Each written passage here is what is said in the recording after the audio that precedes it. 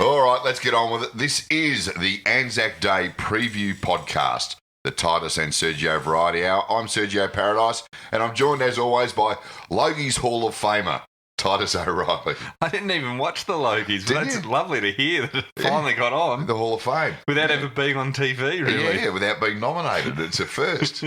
Now, I didn't watch it at all, did you? You would have watched it being I sort of... It's not like I have to, but it's...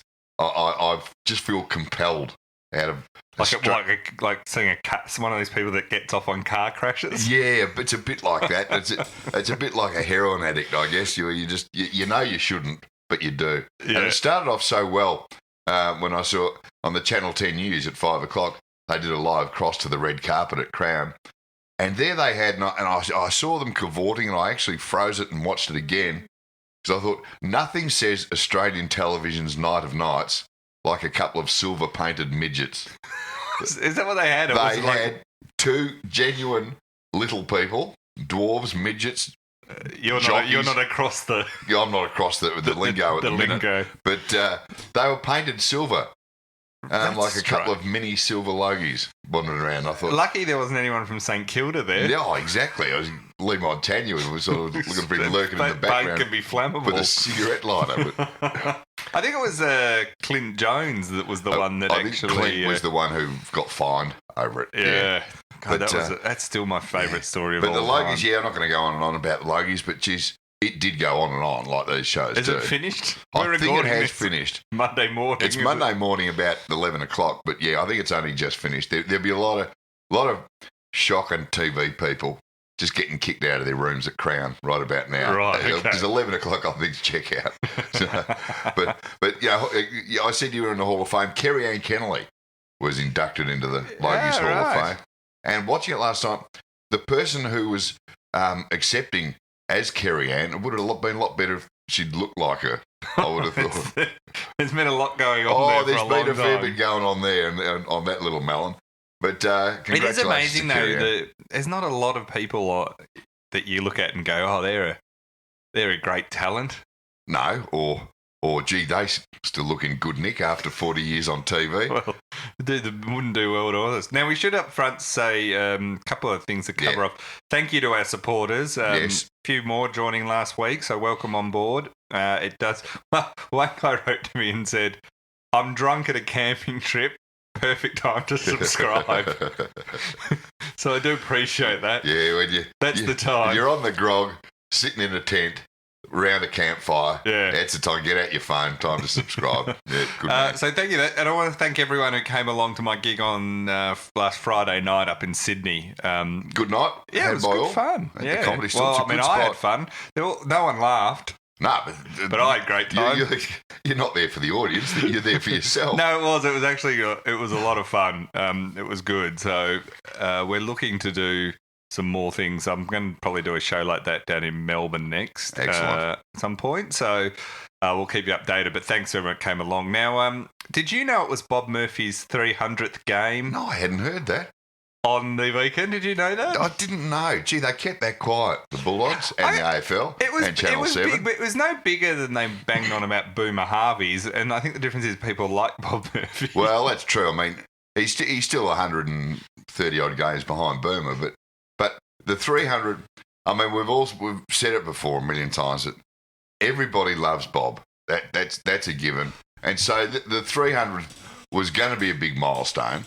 Yeah, and so much so, I didn't see a hell of a lot of footy over the weekend, but I did see Bob get a charity 50 metre to give him a goal. You watch the Logies, but not the footy. Yeah, I know. You do know what this podcast is about, right? Yeah, well, I know, but I see Logies as a bit of a blood sport anyway. You know? Nothing actually. That's true. You and I, the way we prepare for talking about sport is by not watching it. By not watching it. Who are you, Sam Newman? That's what he does.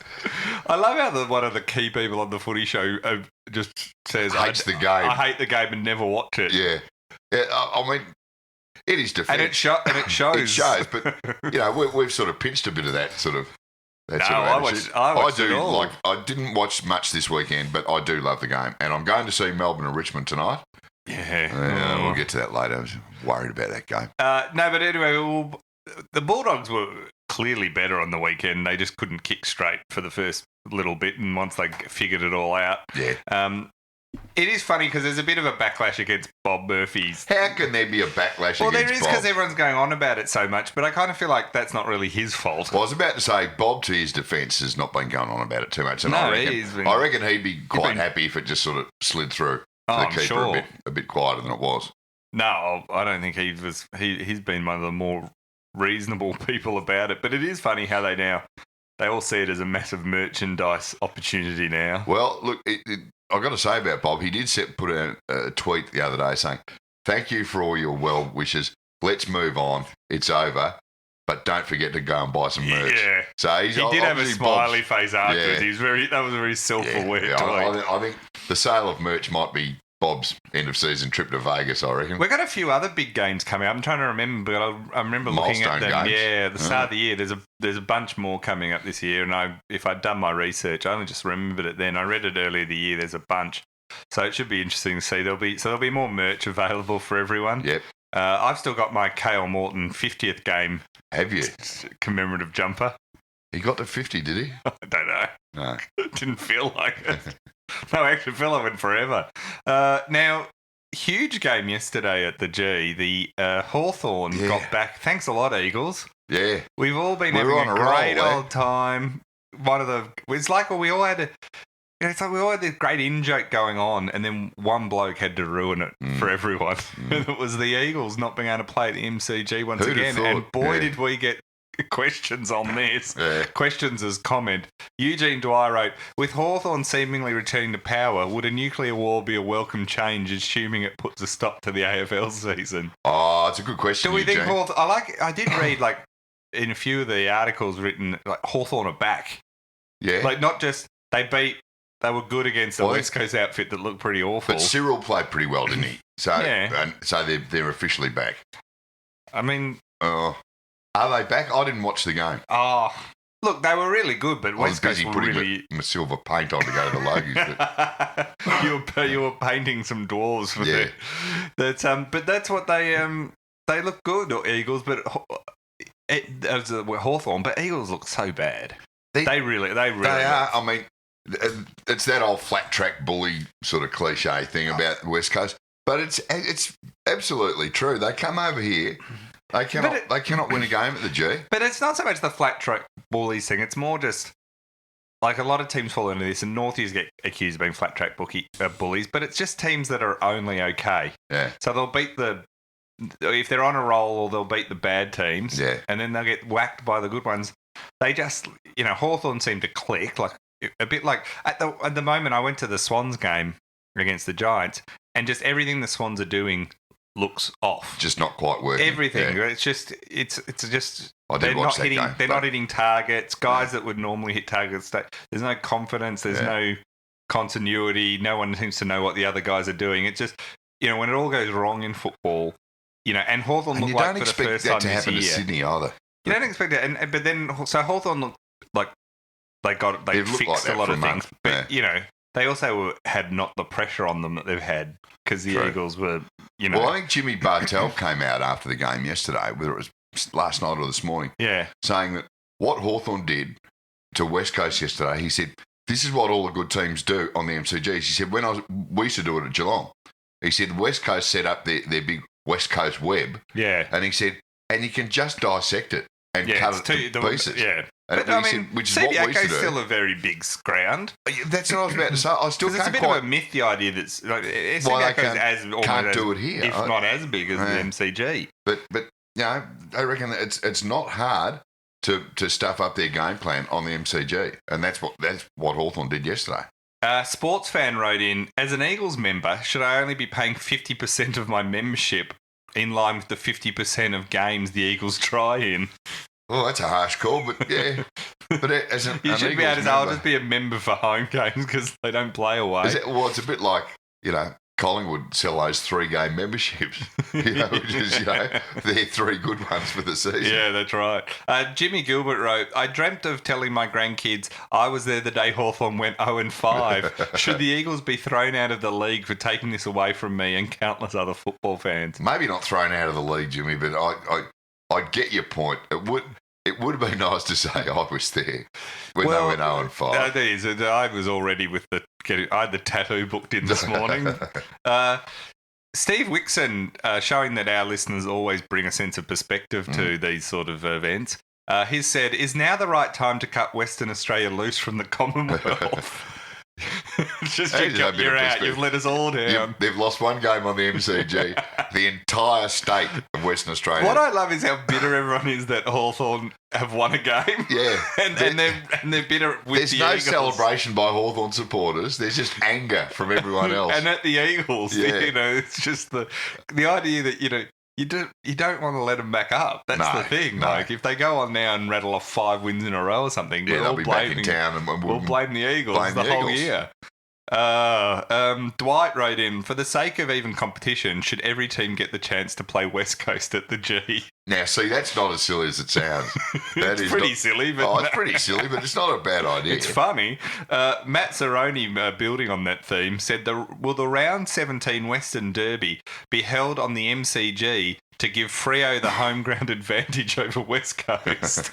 Well, as you rightly pointed out last week, it's very hard to beat Freo at the MCG. They're traditionally difficult to beat at the G. Melbourne struggled immensely. So it was a weird one that Hawthorn suddenly looked really good, but it's shown the Eagles are probably not going to make it too far. So they're 1-4 now, Hawthorn. Yeah. They could easily be 1-5, 1-6 in the next couple of weeks, I think. Yeah. The thing is, we can only hope.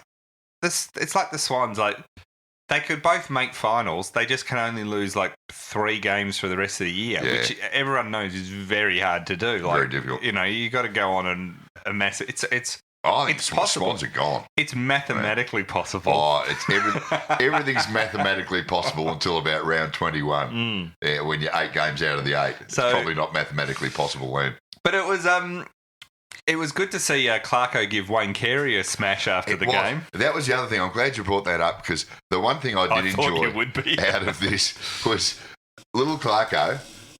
When he's punchy and defensive and aggressive, Hawthorn are at their best.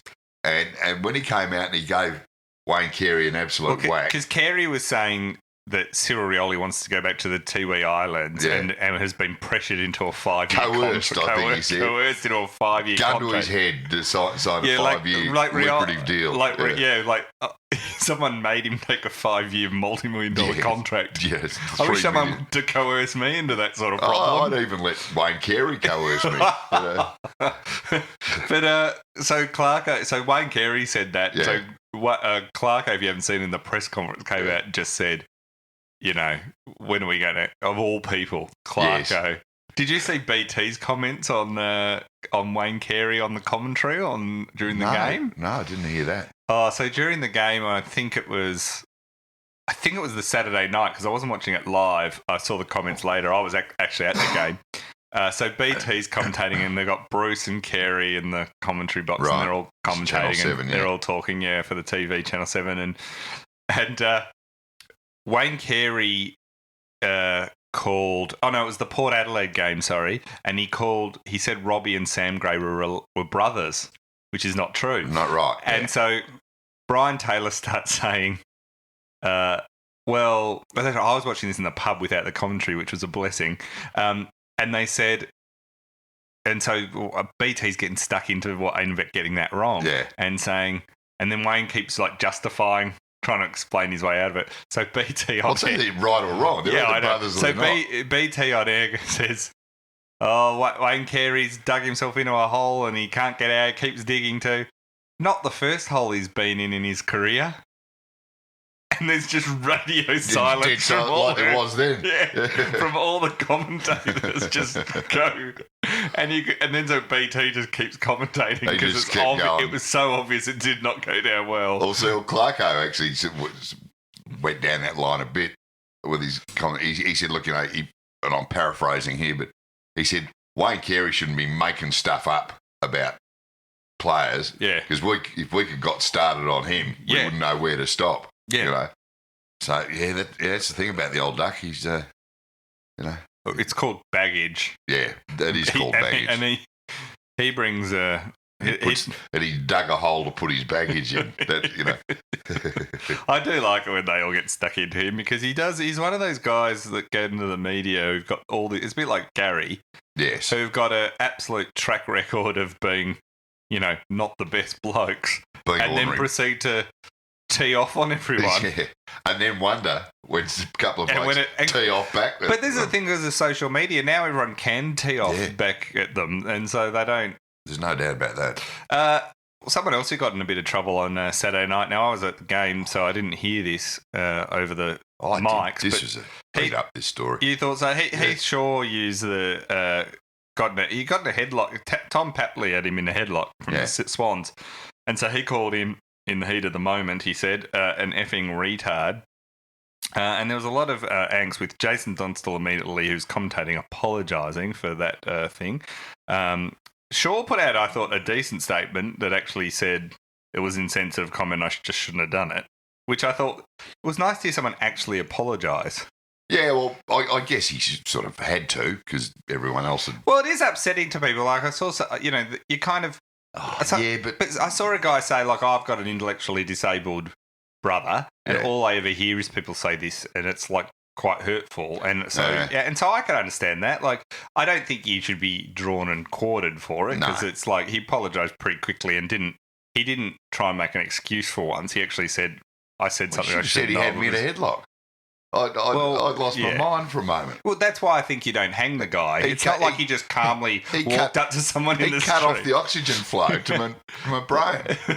But you know what I mean? I know what you mean, but everyone has to be offended by something. Well, but I don't think many people actually went over the top on this one. They just said he shouldn't have said it, and he said, I shouldn't have said it, and he kind of move on, right? So that was kind of the story to me in this, because it's amazing how well I think people did look at that guy. He was in a headlock. He said something he shouldn't have in the heat of the moment, and he came out and admitted it was wrong and apologised. Like, it's fine. like done and dusted. What I did like is the media, and I saw a few people come out and say this and go, well, this is why we shouldn't have on-field mics. Well, that's what I was about to say. Like we just wouldn't know what happened. Yeah. That's where the story's now gone. Paul Roos was very strong on this. Paul Roos was big on it. I heard a couple of others, and I was like, well, we should get rid of the cameras too. Yeah. Like, just do whatever they want. Like, I like that idea. Like, if the mics weren't there, and he's basically that they should be allowed to get away with this stuff. Yeah. Well, I mean, it was always, I guess, the what happens on the field stays on the field kind of thing. But it's changed because that was always used not to defend a verbal assault, but a physical assault. I mean, it was if you go back 20 or 30 years, it was like if somebody broke your jaw behind the play, it should just stay on the field. You don't have a beer afterwards. But imagine the coverage. Unless your jaw's wide shut. Yeah, they get a straw. Yeah. But that's the thing I find odd about it all is like this idea that it's, we going back to not having the atmosphere of the mics. It sounds terrible. Like we've kind of gone a bit further in the broadcasting. We've got to hear Razor Ray. You've got what? Razor Ray's already written a letter to AFL headquarters saying this is outrageous. But it was a weird one. But I did like the way they all came out about the mics. Like that was the key issue. Yeah.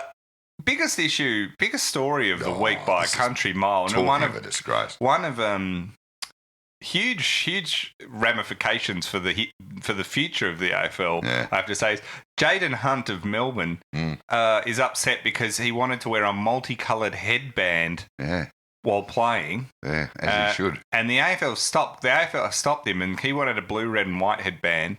And the AFL said, no, you can't do that. All headbands have to be a single colour. Right. He's hit out across the big issues here at headquarters, aren't they? He's hit out at the decision saying he wanted to bring back a bit of flair to the game like it used to have.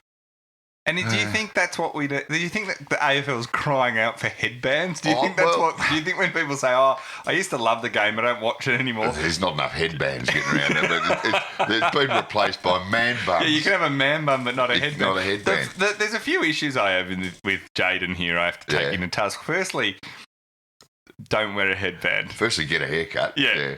Forget a haircut. don't wear a headband. He did go to Brighton Grammar, and he's rebelling against 6 years of haircut restrictions. That's right. Yeah. But the thing is, don't wear a headband. Just don't. But a lot of them, I mean, Bontempelli wears one, but he wears a little black one with the Nike logo on the front, of course. but on the other side of the coin, I mean, somebody put this on Twitter yesterday, and I thought it was very true, is that, if you let players have coloured headbands, this could lead to what? Fluoro boots? Well, I was saying yesterday that headbands are a gateway drug to bandanas, which are a gateway drug to berets. Yeah. Which, look what happened to Jeff Kennett. He used to wear a beret to the footy, remember? Did he? Yeah. Did Jeff wear a beret? Regularly. Yeah. Get off, Jeff. He used to sit there in a beret and you'd go...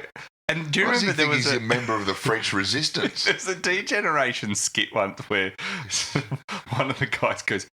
Mate, you got a beret on your head, and the guy looks at it and whisks it off and goes, "Gee, thanks, mate." You're lucky you told me. Yeah, lucky you told me. The other thing that so Jaden, first, forget the colour. Don't wear a headband. And secondly, it's not going to bring flair. The thing that really stood out to me though is Jaden said his inspiration for this idea of having a multicoloured headband to bring back flair. Wasn't David Lee Roth? No. That I would have respected. Yeah. It was back in the 80s, Terry Wallace used to wear a red, blue and white headband. Did he? I remember when he played for Footscray. Yeah, when he played for Footscray. I remember Terry Wallace wearing, the big thick white headbands? Yeah. I think Carl Dittrich used to wear one back in the 60s and 70s. Yeah. And Dennis Lilly used to wear one a bit playing cricket. But I don't remember the red, white and blue that player wore. But obviously Jaden's right. I just don't remember it. Well, I've got to say to Jaden, you instantly lose any argument when you say your inspiration is Terry Wallace. It's irrelevant what the argument is. Yeah, that's a fair point too. You lost me there, Jaden. Yeah. We might need to trade him, I'm afraid. He's a good player. But he's blotted his copybook a few times in that one story. No, please, let's just... They better win tonight, because if they don't, people are going to go, there's remember when all the Melbourne players were going beard competitions but kept losing, and everyone's like, maybe if you just focus on the footy, if Jaden doesn't have a great... He better kick 4 goals. He better play well tonight, or it's going to be... I want 40 possessions and 3 goals as my benchmark he needs to pass to avoid headband gate. But I'll tell you, what would happen if he wore a red and blue headband tonight? Well, we'd get fined. He'd get fined, I suppose. And the AFL would probably fine him more than if he said something racist or assaulted a woman. Yeah, that's true. There's no doubt about that. Yeah. He should have just worn it and then said he was colourblind. Yeah, or just, as you say, because remember years ago they fined Jimmy Steins for wearing a cap in a practice match. Yeah. It was a JLT series thing, and it was 36 degrees. He wore a cap. I have mixed views about this, because I think sometimes it seems silly that the AFL are cracking down on certain items, but then you go, but imagine if you let footy players wear whatever they want. Can you imagine? That's true. You've got to have some rules. These are guys that regularly wear man buns. Yeah. And you're going to let them just come up with creative ways to show off their personalities? Yeah, and they'll wear those dodgy board shorts that Jack Watts is flogging. Yeah. They just rock up in a bing-tang singlet and board shorts. That'd be amazing how much they would all wear exactly the same thing. And a coloured headband. A pair of Ray-Bans on one of those chains around the neck. Which team are we? We're the one in the red bing-tang T-shirt, our singlets. and the away Havianas. Havianas. It's true. Now, once again, proving our recruiting and Melbourne's recruiting in the off-season, or in the last few off-seasons, has been spot on. Jake Melksham is continuing to dazzle us all. Not with his football, unfortunately. But he was sanctioned for lying to the AFL over a gambling breach, which happened during his suspension for a doping violation. It's just really... This is like... what do you do when you got a year out of footy? You bet. Not just getting caught drink driving, but with your kids in the back seat. Yeah, it's like drink driving. It's going up a notch. It's right. It's like stupidity caught level. drink driving while suspended from not having a licence. So anyway, he apparently what happened is a mate of his got on and laid a bet on his account, which This seems to happen a lot with AFL players. It does. Like, I'm not a gambler, so I don't have a gambling account. But I would imagine if I had a betting account, I would treat it like my bank account, where I wouldn't exactly be giving access to all my mates. Exactly. But it seems to every time there's an AFL betting scandal, that's the story. So what I'm saying is, I'll need access to your betting account. Yeah. As you say, it's like handing over your Visa card and go, oh, by the way, Titus, while you've got it, you're going to need my PIN number. That's right. It'll be fine. What could possibly go wrong? As you say, it's not just AFL players. This is big in the NRL too. Whenever one of them gets done for betting on a game, it's usually, as you say, oh, a mate had access to my account. Yeah, that's right. Oh, really? And really? So the great one about this one is, so what happens is a mate apparently puts a bet on his account. Yeah. It's not on footy. Right. So right off the bat, he's not in, like, one, he's not playing, but two, he doesn't have any insight, and he's banned from being around the club. So he's this was last year. So less insight than you or I. That's right. So he's like, possibly not. Probably more because he's a league footballer, but yeah. But so it's not like there's any suspicion that he actually did it. There was just some discrepancy, right? Yeah, it was nothing dodgy, but he's on the dogs or the trots or something. Yeah. No. So anyway, he didn't end up. He then, on the back of that, he basically then got in trouble because he basically lied to the AFL investigator during the probe into his betting activity and didn't disclose that a mate had actually accessed it. Well, he's lied to an AFL investigator. I mean, he's from Essendon. Not for the first time. Exactly. He's been doing it for 3 years. He's got priors. We'll get letters, Serge. Oh. And so anyway, it just shows that Jake can make bad decisions both on and off the field. I was about to say, it sounds like his testimony was about as accurate as his foot skills at the minute. Ben Robertson wrote in, is Melksham only playing tomorrow because Simon Goodwin was the person who used his betting account? It's a very good question. I've got to say, I thought if anyone was going to get dropped from Melbourne last week, it would be Melksham. But I didn't think Kent or Bug would get dropped, and they both did.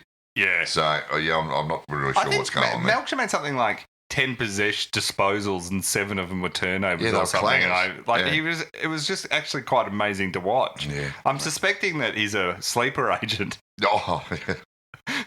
I don't actually think he's got something on Goodwin. There's no question. Now, one of the great things. Now, I did my gig on Friday night, and I came off stage 10 minutes before. I finished the show 10 minutes before the Carlton game kicked off. Right. And so then... Early gig. Yeah, it was 7 o'clock. So finished up at 8, and it was on at 8:10, I think. Yep. So finished up there and finished up, got off stage, said goodbye to a few people. Went to the pub next door and watched the footy. So we went and met up with a few people and watched the footy next door. And by the time I got there, probably 10 minutes into the first quarter at the pub, they were like 5 goals down. It was 21-0 already, and it just proceeded to go that way. And I thought, isn't it great to have Carlton back on Friday nights? Well, see, I was at a junior footy function, and it was on in the background. I didn't really see much of the first half. Yeah. And then I got home and watched the second half. And that third quarter, it was just appalling. It was like Port Adelaide were like the big kids playing against Oz Kick kids. Yeah. They just looked so out of their depth, Carlton. And I know Bolton's playing all these kids, and there's a young bloke, Paulson, playing his first game. Yeah. Who he ran into a pack, tried to get the ball off Robbie Gray and Chad Wingard, and they just almost laughed. Wingard just shrugged his shoulders, and the kid fell off. And that was just indicative of the whole game. And as you say, I think this is Carlton's only Friday night game of the season.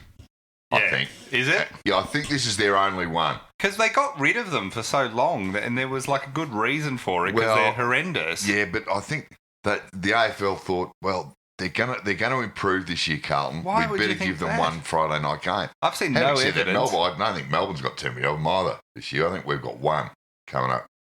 About round 17. Yeah, it's just, I mean, after what Carlton did a couple of years ago. Yeah. When they had every single Friday night game for a while. Like Collingwood sort of did. Yeah. And Hawthorn. Terrible. Anyway, it was a good comedy. It was a good light comedy. Oh, it was. It was a bit of slapstick. It was a Friday night slapstick movie. That's what it was. Now, one of the fun things that happened last week was then the netball. There's a bit going on in the netball. There's a bit of politics going on with the girls in netball, and it's to do with their.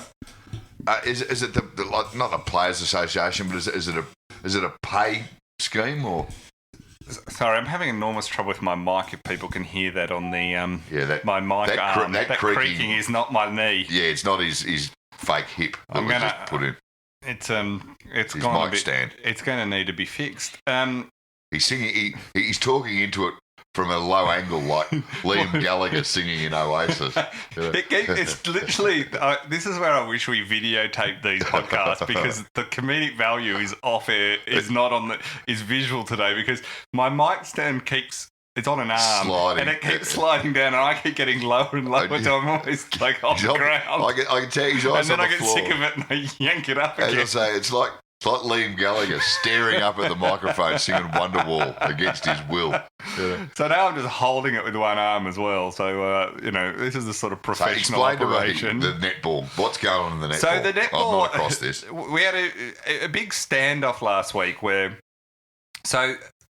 They scrapped the Trans-Tasman competition in the netball in favour of a new thing called Super Netball. Yep. And in our interview with John Stenzold a couple of podcasts ago where we talked about the sport, they've got it's a big thing where they've got a revenue sharing model with Channel 9 and they've got a lot of good broadcasts on it. And then they also had the Collingwood, GWS and they had the Melbourne Storm all buy in.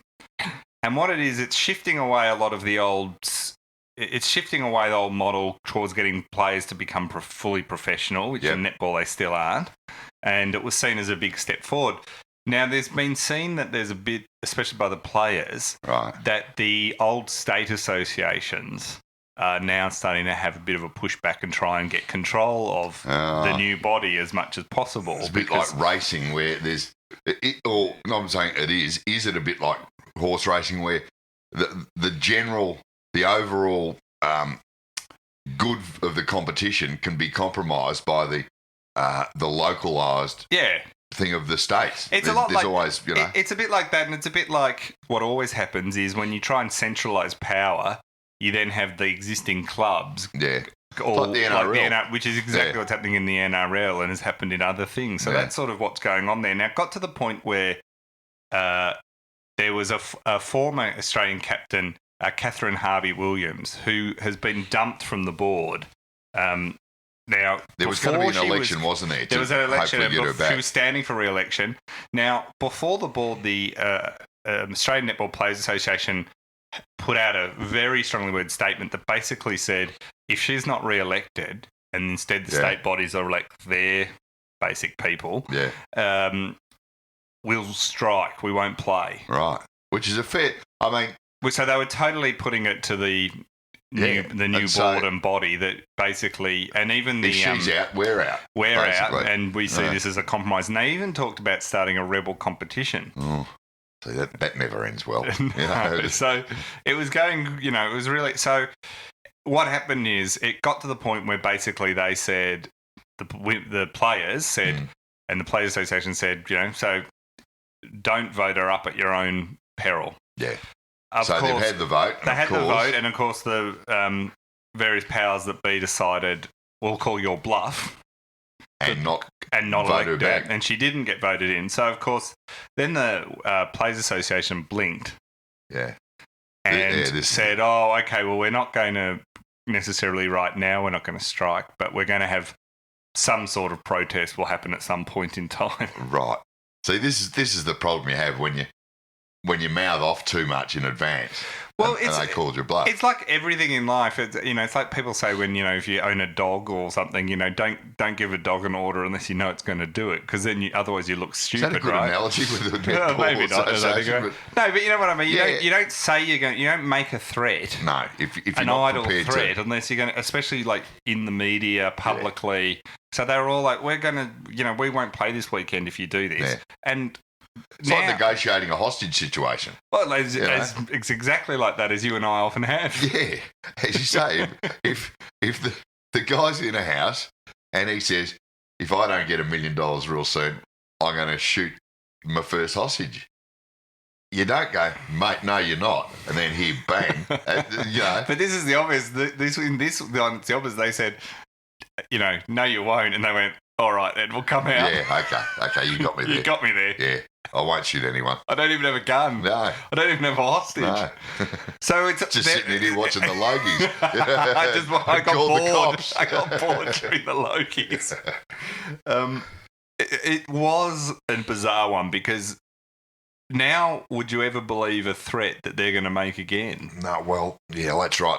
The association is suddenly, while they were looking before this, what's going to happen, the players have got all the power. Yeah.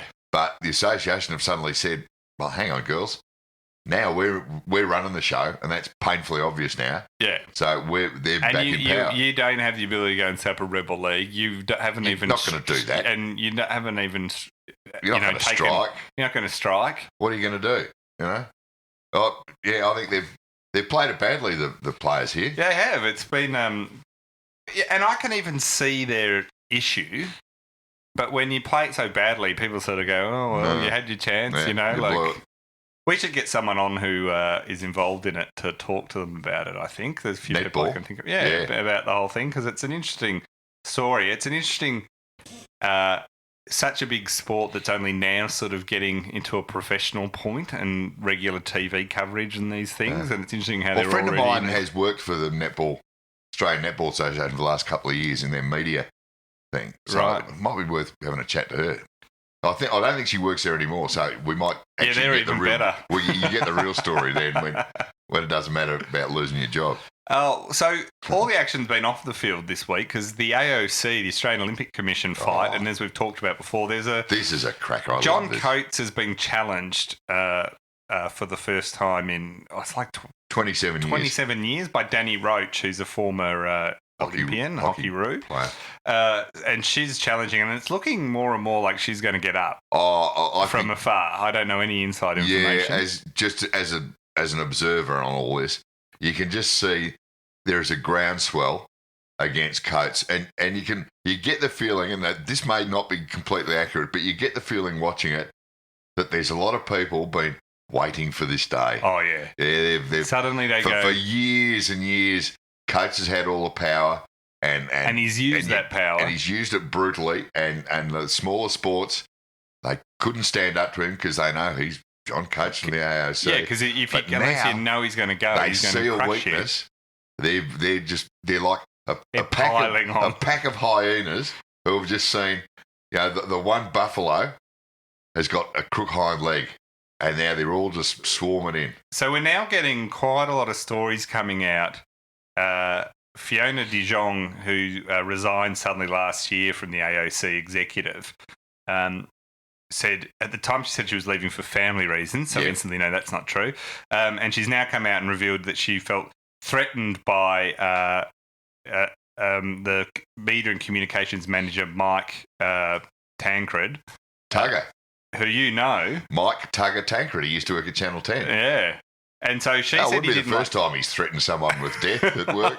Well, she said it was his language, and that's why she left. So that's come out. That's the first one of a bit of basically a bit of some bullying accusations coming out. Then Ryan Wells, another former Olympic Committee staffer, came out and said that there's been a long history of bullying that's been unchecked by senior management. Now, he accused Mike Tancred as well of repeatedly acting in a manner unbecoming of the AOC, and came out and said that at Athens 2004, he threatened, Tancred stood above him and threatened to kill him. With a javelin? That's right. In a personal best time. It's getting very nasty. It's getting messy. So you knew Tancred. I know Tugger. Have he ever threatened to kill you? No, he's never threatened to kill me, but I wouldn't get on his wrong side either. But he's got a temper. Oh, you're not. See, I'm being facetious here. I don't know what I think. Do you know what I think is always interesting in life? What's that? So sometimes you hear someone's accused of something like this, of so and so threatened to kill this guy, and it's the reaction of everyone that kind of tells a lot. So if people say, that's just, I can't imagine Man, I just can't imagine that guy saying that. Yeah.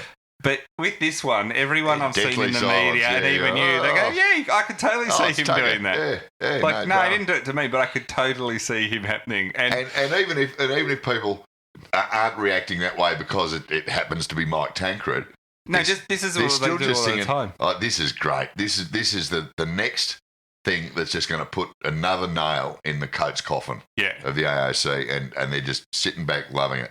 Now, can I ask you, when is this vote happening? Because this would be an absolute cracker. Oh, it's mid-year, I think. Oh, it's still months away. Yeah, I think. I don't think it's months and months, but I think it's sort of, I think May, June or something. I can't remember exactly, but we're getting towards the end. There'll be people dancing on Coates' grave once he gets voted out, and what will be interesting is to see how he handles it. Whether he'll not well. Yeah, why you'd expect not well. And Mike Tancred, I know he's put all his marbles in with the Coates pocket for many years, so he'll be out in his ass too. Yeah. So, it'd be very interesting to see what happens there. Going around threatening to kill people is often a bad career move. Oh, except in the Olympic movement, obviously. The Olympic movement, it's actually it's encouraged. It's actually part of the key selection criteria. Well, tell us a time you've threatened to kill someone. That's the job interview question. It just shows that you're a competitive person. You have that competitive spirit. You're willing to threaten to kill someone just to get ahead. They're the kind of people we want in the Olympic movement. I always find, whenever I've been in a work situation where I haven't had someone threaten to kill me, but when you find everyone, people yell and rant at you, my problem is I always start to laugh. Yeah. Because I just find it so ridiculous, like as a grown adult. Yeah. And then people turn around and go, this is why I always like when people say women are emotional. And I'm like, have you worked with men? Yeah. When they get angry and yell and everyone goes, what a powerful response. And you're going, no, he's completely out of control. He can't handle his emotions. I mean, I remember working in TV. You'd get executive producers or what have you would rant and rave if things went wrong. When show. I remember once, on The Price is Right, that stupid game with the putting, the long putting. You had to put the six. This is the one you told me you used to fix. Yeah, the 6 groceries. In order of how much they were. And one day, somebody got it wrong on the production team. It all got out of whack, and so the golf ball went too close to the thing, and it was quite obvious that Larry Emder was going to putt this thing in, and the contestant was going to win a car when they'd planned not to win it. And this producer was screaming and yelling and carrying on at the stupidity of these production assistants who were like, 19-year-old girls in their very first job, right? Yeah. Until Larry Emder actually said, hang on, everyone. We're talking about the price of toothpaste versus socks here. It's not that important. Yeah. And that was the only thing that diffused it, is the star of the show suddenly realised how ridiculous this whole thing was. Yeah. And as you say, that's in the media game, I reckon you get more ranting and raving and carrying on from upstairs than you do in normal business. Yeah. But the AOC is probably very much similar to that, in that there's huge egos involved. There's lots of yelling and screaming, and whether you call it bullying or just riding roughshod over your inferiors at work. But it's got to be a culture thing there too. Yeah, that comes from the very cultural with Coates, and all of it, It's like all powerful.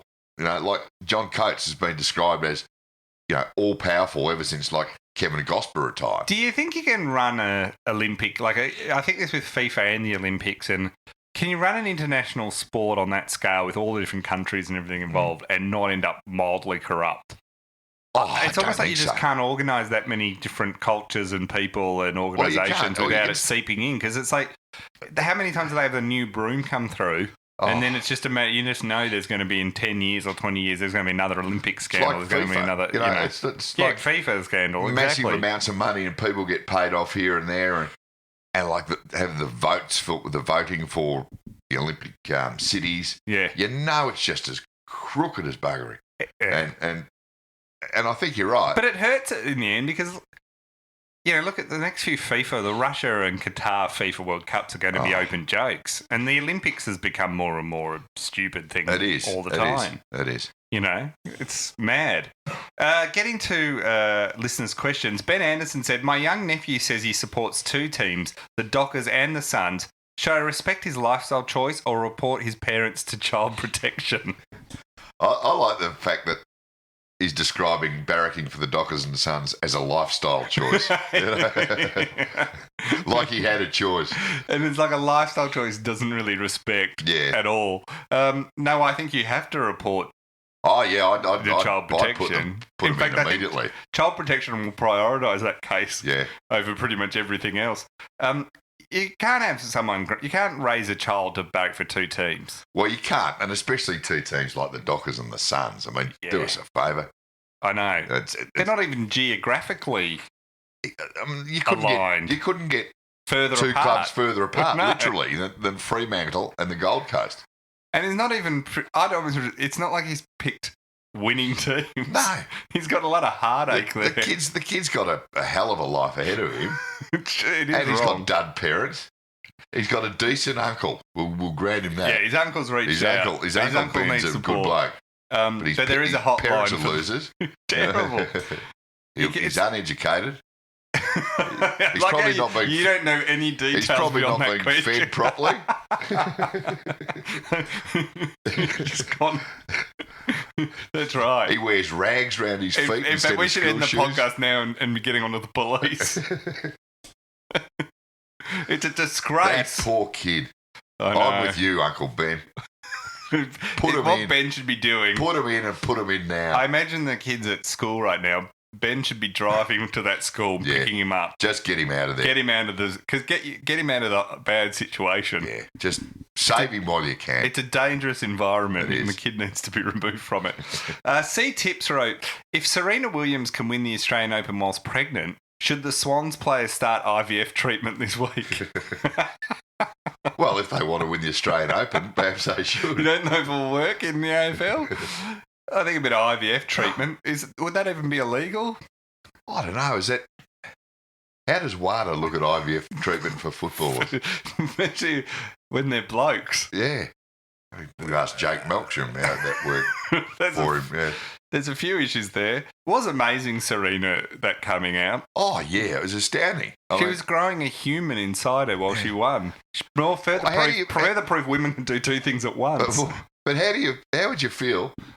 I can't remember who she beat in the final. Her sister. Oh, it's Venus. Yeah, who, to our knowledge, was not pregnant. And maybe that's a problem. But all the other players, she's won, what have you got to win, 8 matches in a row to win the Australian Open, a Grand Slam?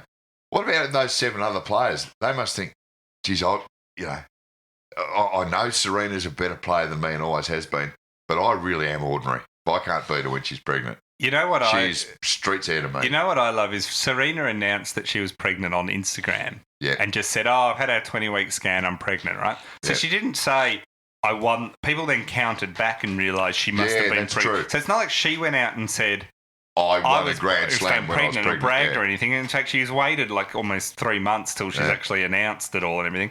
And what I find amazing about that is, and I know they can't, but if they could, if men could get pregnant, could you imagine a bloke keeping that quiet? Oh, no. That is the difference between men and women. She's just quietly revealed it months after with no fanfare and not wanting any credit for it. She's just got on with the job. A bloke would be like, I'm pregnant, before the Novak started. Djokovic would be showing his bump to Jim Courier before the match. In between sets. And then if they won, they would never shut up about it.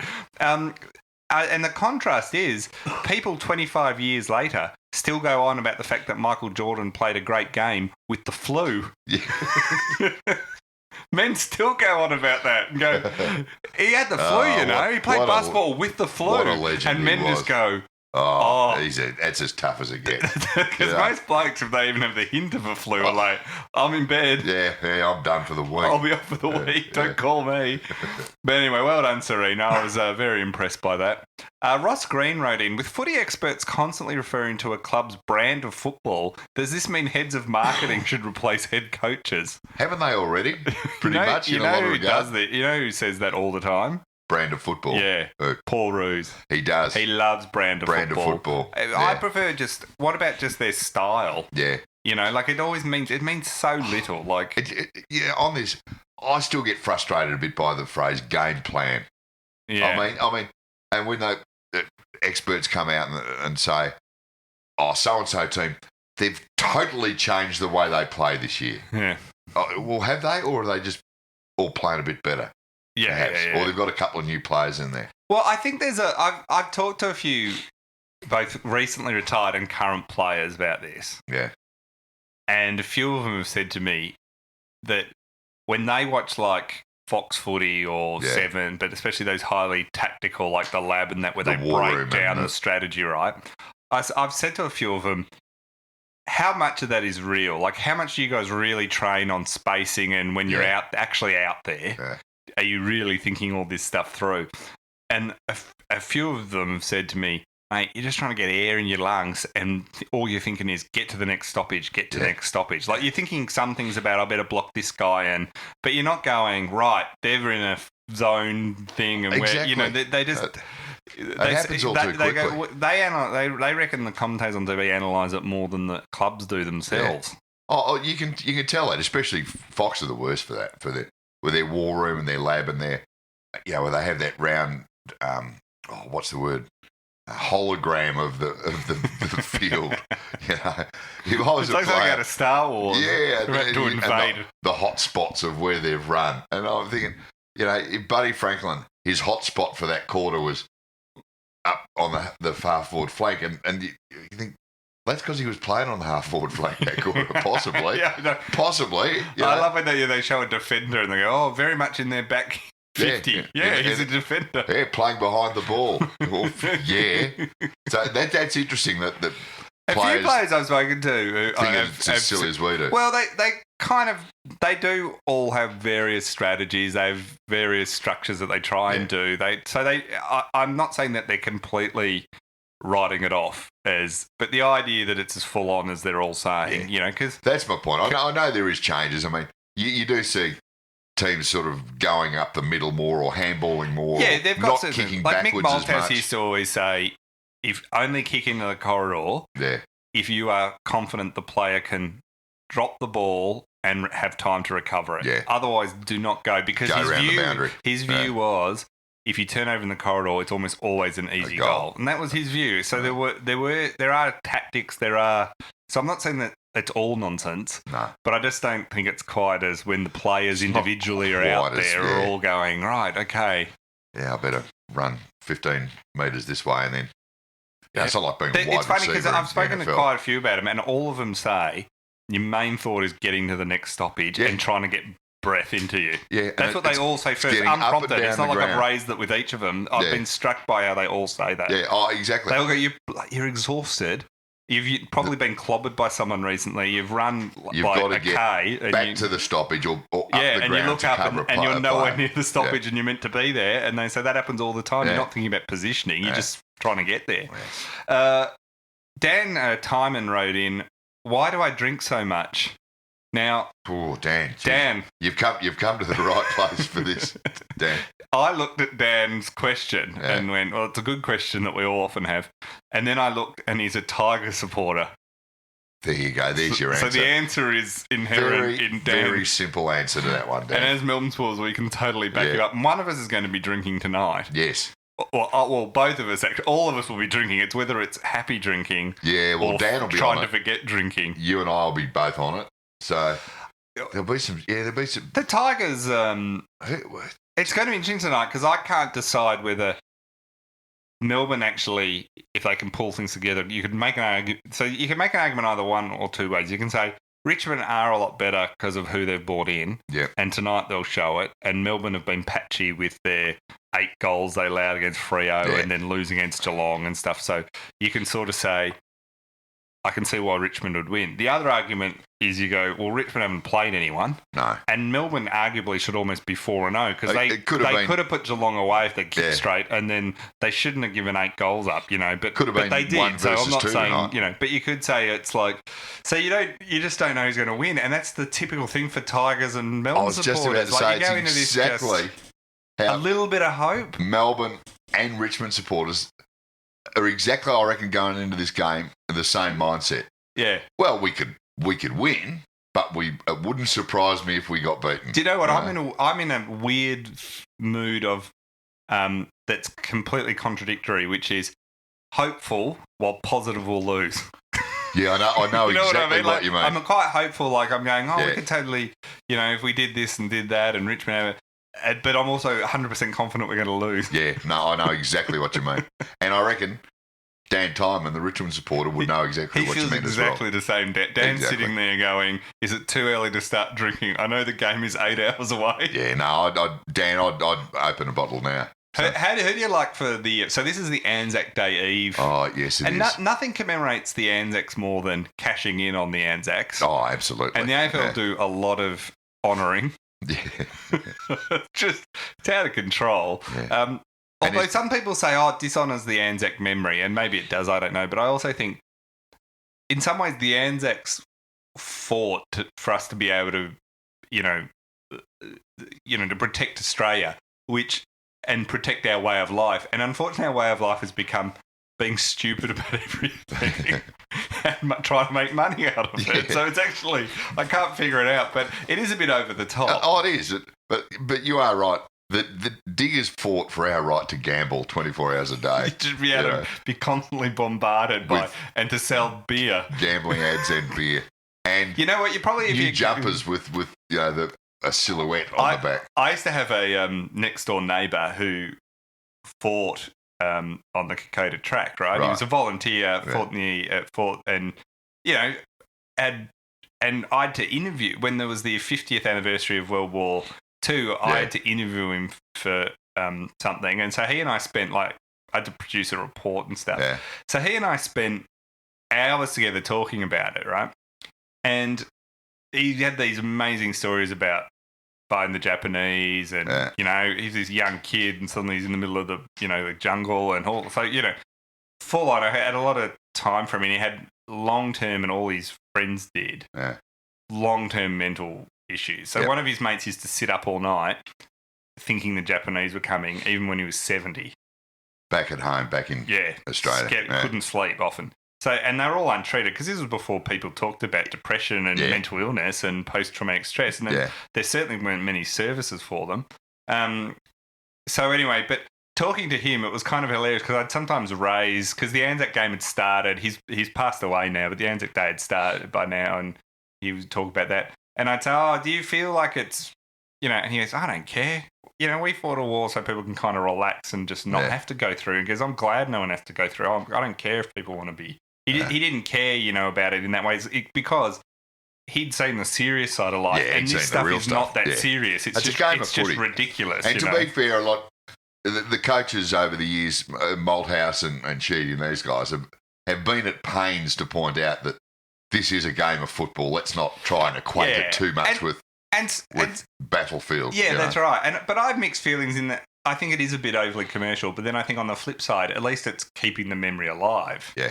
Because otherwise, a lot of people would not even know their history or think about it. Oh, that's right. And as cynical and smart as we can be sometimes, I defy anyone to go to the Anzac Day game, or even last year I went to the Melbourne-Richmond Eve game as well. When the night game, the lights go down and the horses come out, I defy anyone that it's not a fantastic experience. Well, they did it at the Swans-Giants game on Saturday night. They did the last post, and and it was...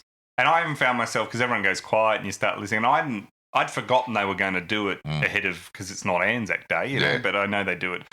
And once it started, I was totally in that mindset a bit, and you start thinking about all the stuff. It's really well done. So. But anyway, I think Collingwood are going to win. Yeah. Getting to the important bit. Do you think Collingwood will win? Oh, I think they will. I think they might give Essendon an absolute touch-up, actually, tomorrow.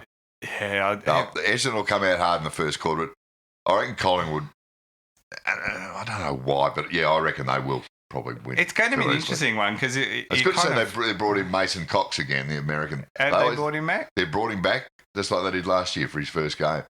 You see, whenever there's something to do with the battlefield, get a Yank in. Get the Yanks. Get the Yanks in, and they'll help us get over the line. I tell you what, Essendon win. It's going to be all on down at Collingwood. Oh, yeah. Oh, in that case, it'd be nice to see the Bombers get up. It's the first time in years everyone's really pro the Bombers. Go Essendon. Oh, no. Too long in the bush. This is our last question. Says, wrote in, have Red Rock's Ultra Deluxe Special Reserve potato chips been 2017's biggest disappointment thus far? Well, obviously it has been for too long in the bush. I just had to put that in because of the specificness of it. He's obviously... Red Rock's Ultra Deluxe Special Reserve Potato Chips. Well, Red Rock can send us some because I have not tried them. I haven't tried them. And this is not an advertising bit because I just genuinely laughed when he wrote that in because I thought he obviously had enormous high hopes for them. I was about to say, he obviously... he likes his Red Rock potato chips. I love when they've announced Ultra Deluxe Special Reserve, he got just a little bit too excited. This is like I got very enthused about when I think it was Streets announced they were bringing out Golden Gay Time ice cream, which I'm a massive fan of, in a tub. Yeah. And I thought, well, this is amazing. And it just wasn't the same. It didn't work. It was fine, but it just wasn't. It was like changing the flavour of barbecue shapes. Oh. What a marketing disaster that was, like new Coke. This is when the older you get, the more you find yourself going, why they change things? Why are they changing it? I bought a Birdie Beetle show bag last year. Last year? And did you go with your kids or no? No, I just did it myself. Because I loved my Birdie Beetles when I was a kid. Yeah. I thought, geez, I haven't seen Birdie Beetles in decades. And they don't have them anymore. Well, they kind of do, but you really have to hunt them down. Right. And the reason... There'd be a Facebook page or something. There would Birdie Beetle lovers of the world. They were really ordinary, the new ones. They were in crappy plastic wrapping. They were smaller, and there was a distinct lack of honeycomb in them. So I know where you're coming from. Too long in the bush. I found last year the Birdie Beetles were a massive disappointment. For you, it's obviously Red Rock chips. Yeah, I think also though, like you have these memories of some of these things from when you were kids. Yeah.